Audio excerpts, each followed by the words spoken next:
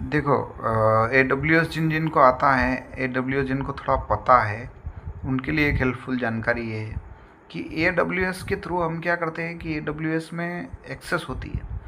AWS में अलग अलग रोल्स होते हैं, IAM रोल्स होते हैं, IAM रोल्स और यूज़र्स होते हैं। तो कभी कभी क्या होता है कि रोल्स और यूज़र्स बनाने पड़ते हैं, अदरवाइज़ हमारा टेस्टिंग जो है पाइपलाइन पे रन नहीं होती है, राइट। क्योंकि उस उन रोल्स को एक्सेस नहीं होती जो पुराने रोल्स होते हैं, तो हम नए रोल्स बनाते हैं और यूज़र बनाते हैं।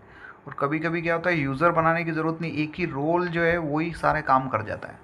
तो AWS में एक फ़ीचर बहुत अच्छा होता है कि AWS को भी आप कंट्रोल कर सकते हो अपनी गिट पाइपलाइन से। ये बहुत अच्छा फ़ीचर मैंने भी देखा कि AWS को भी CFT टेम्पलेट्स जो होते हैं, CFT का फुल फॉर्म देख लेना यार अभी थोड़ा। CFT टेम्पलेट्स के थ्रू AWS को एक्सेस किया जा सकता है, और AWS को जैसे हम पाइपलाइन रन करते हैं, बिल्ड या डिप्लॉय करते हैं पाइपलाइन में, थोड़ा टेक्निकल है, तो वो बिल्ड पाइपलाइन डिप्लॉय करते हैं ना गिट में, तो उस पाइपलाइन जैसी सक्सेस होती है ना, ऑटोमेटिकली AWS के ऊपर रोल्स बन जाते हैं।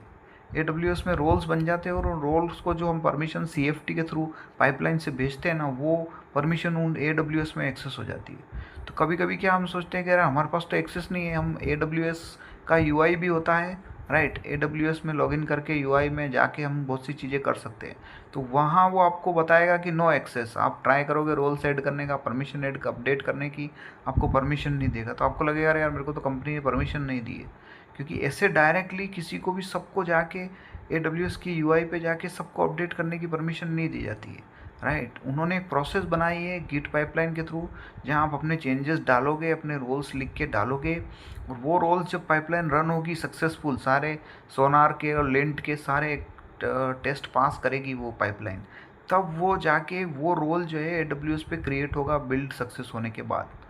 तो कभी कभी हमें AWS की UI पे एक्सेस नहीं मिलेगा, लेकिन कंपनीज़ ने उन वो एक्सेस देने की बजाय CFT के थ्रू, पाइपलाइन के थ्रू एक्सेस दी है, जहाँ से आप रोल्स, परमिशंस, सारी चीज़ें ऐड कर सकते हो, और ऐड करने के बाद जो है वो रोल क्रिएट हो जाएंगे, और उनको फिर अपनी टेस्टिंग में, ऑटोमेशन में यूज़ कर लो AWS के थ्रू टेस्टिंग करने के लिए। तो वहाँ से CFT के थ्रू, पाइपलाइन के थ्रू भी हम AWS में रोल्स बना सकते हैं, और उनको परमिशंस दे सकते हैं, मैट्रिक्स की परमिशन दे सकते हैं, राइट, ऑल रिसोर्स की परमिशन दे सकते हैं स्टार लगा के। और इस तरह से हम AWS को एक्सेस करवा सकते हैं, मॉडिफाई करवा सकते हैं यूजिंग पाइपलाइन। तो वो चेक करना है कि आपकी कंपनी में CFT के थ्रू पाइपलाइन की एक्सेस है। अगर आपको रोल्स ऐड नहीं हो रहे हैं जाके AWS की GUI पे, तो आप चेक करना कि भाई कोई ऐसे CFT का पाइपलाइन है जहाँ मैं जाके रोल डालूंगा और वो AWS पे क्रिएट हो जाएंगे। तो वो ज़रूर चेक करना।